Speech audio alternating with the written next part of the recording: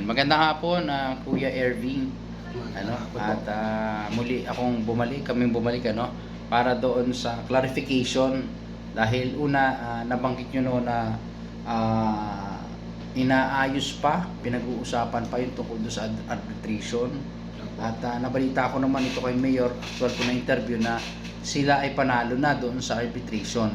Ano po bang malinaw, kayo po ba ay natalo doon sa inyong hinahabol na para hindi na mabawi o hindi kayo makasuhan? Kasi ang alam ko itong arbitration ay para maiwas kayo sa kaso o hindi kayo makasuhan ng sino mang gusto magkasusundo sa inyong mga project. Ay, magandang araw po sa inyo, sir. Okay.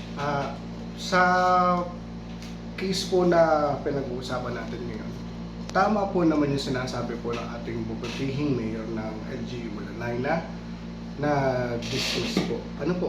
Pero sinasabi po natin na dismiss ay ito pong mediation. Mediation pa lang po yung na-dismiss. So, bakit po na-dismiss? Kasi po, sa kabila pong partido ay wala pong dumating. Wala pong dumating. So, in short po, paano po magkakaroon po ng mediation kung both sides po, isa lang po ang nag-present? Ibig ko sabihin, wala pong i-mediate. So talaga pong mangyayari, ang mediator, i-dismiss po. So wala pong nangyaring mediation. Na-dismiss po talaga siya. So tama naman po talaga doon si mabuting mayor po natin. Lilinawin ko lang po ulit. Ano po? So tama naman po ang sinasabi ng ating butihing mayor ng LGU Mulanay na na-dismiss po. Ngunit ang na-dismiss po, lilinawin ko lang po, ang na-dismiss po ay yung mediation. Na-dismiss po ang mediation sa dahilan ng wala pong dumating sa panig ng LGU Mulanay.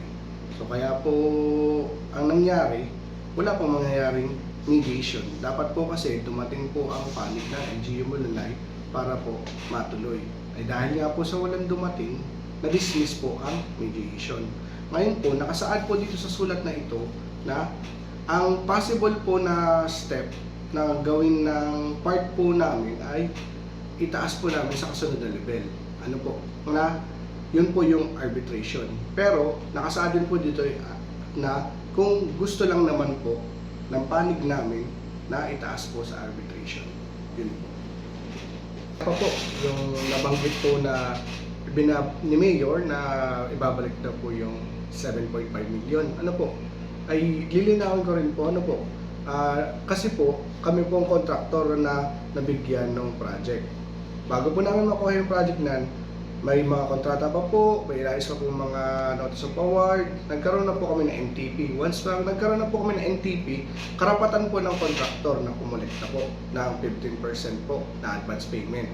Ngayon po, nasa 15% po na advance payment, habang tumatakbo po ang NTP po namin, ano po. So may nangyayari na po cutting and filling dyan. Unahin ko na po muna dun sa design, ano po. Ang project po kasi ay design and build, ano po. So meron pong nakalagay na design dyan. Nakasaad po dyan yung sa design, 10% po kaagad nung contract. So ibig sabihin, yung contract po na 49M, ngayon po yung 10% po na worth almost 5 million. Ano po? So doon po sa 7.5, 5 million po kaagad, design pa lang po yun. Tapos meron po kaming ginawang cutting, ano po, na nag-mobilize po kami doon ng mga backhoe, may bulldozer po kami, may mga ginamit po kaming truck. Yung po ay burol. Kung nakita po nila yun, no, simula po, burol po talaga siya, na ginamitan po namin ng mga heavy equipment namin. So kaya po siya napantay.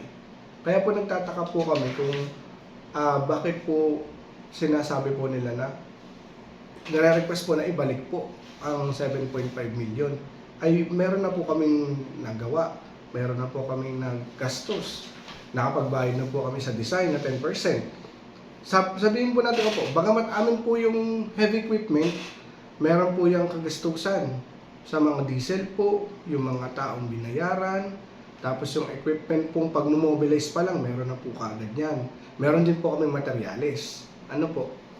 Tapos po, sasagot ko po naman po dun sa sinasabi po nilang wala po silang nakita.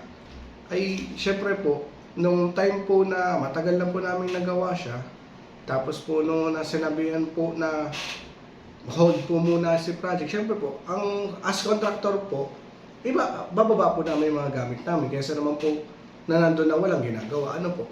So, halimbawa naman po na iniwan po namin si gamit doon, syempre, ang sa contractor, mapapaisip po kami, baka pumapano yung gamit namin. So, yun po ang kasagutan ko po doon sa sinasabi po ng ating butihing mayor.